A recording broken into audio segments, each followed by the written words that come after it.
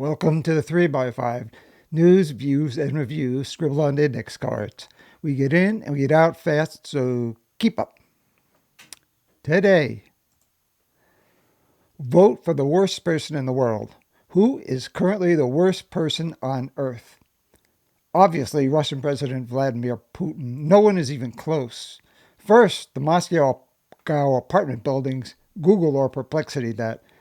Then the Second Chechen War, which he waged, resulting in around 50,000 Chechens killed. Then assassinations of opponents and journalists, not only in Russia but other countries.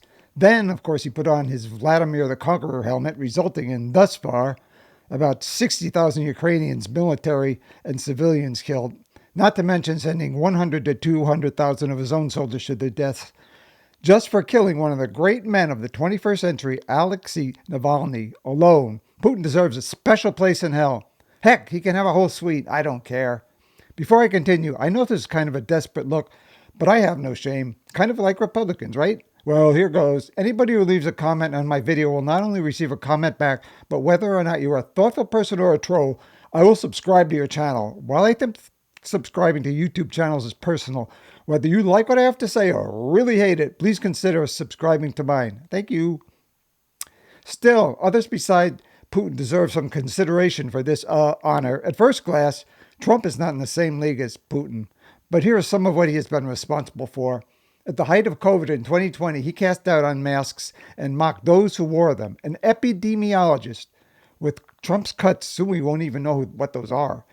An epidemiologist made some calculations. If Trump's, quote, statements kept 25%, 50%, or 75% from wearing masks, estimates of COVID deaths that could be attributed to Trump were, respectively, 4,244, 8,356, or 12,202, end quote. Now, with Trump freezing funds for USAID, research from a reproductive health organization shows that, quote, 11.7 million women and girls will be denied access to contraceptive care over the course of the 90-day aid freeze, which looks permanent, which they predict means 8,340 women and girls would die from complications during pregnancy and childbirth, end quote.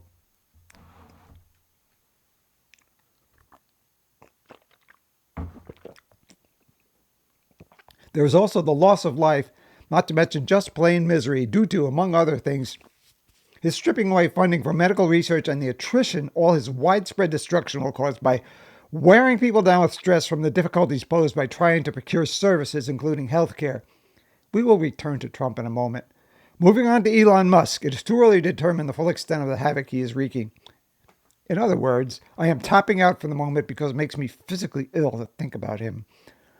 As for other foreign actors, North Korean leader Kim Jong-un has reportedly ordered hundreds of executions as well as killed many through starvation and poor medical care.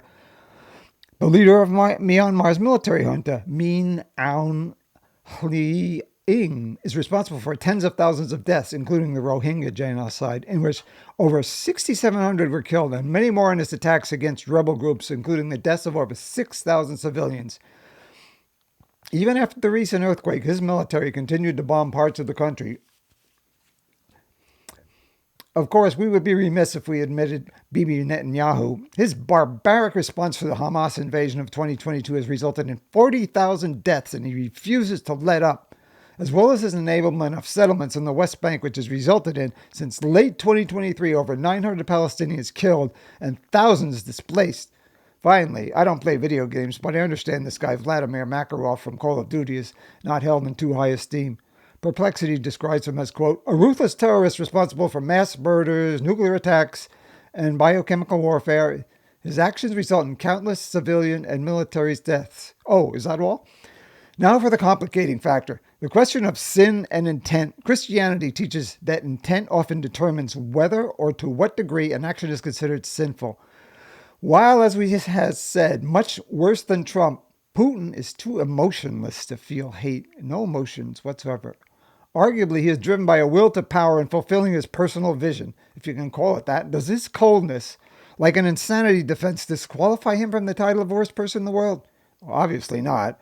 But what intent does do is raise Trump in the rankings in comparison to Putin and others I mentioned, except maybe Vladimir Makarov. I wouldn't know. Yes, intent matters.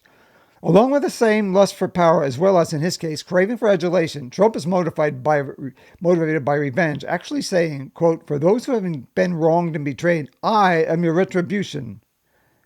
And he uses the office to retaliate against perceived political enemies, including those involved in his impeachments or bringing him to justice for January 6th. This, along with his general contemptuousness and maliciousness, equal sadism. It can also be seen in acts like, as I mentioned earlier, dismantling USAID and gutting the Department of Health and Human Services. Appalling. Zooming in on just one act of casual cruelty is his administration cutting funding for a Yale University program that tracks Ukrainian children abducted by Russia, where they are indoctrinated and given to Russian parents.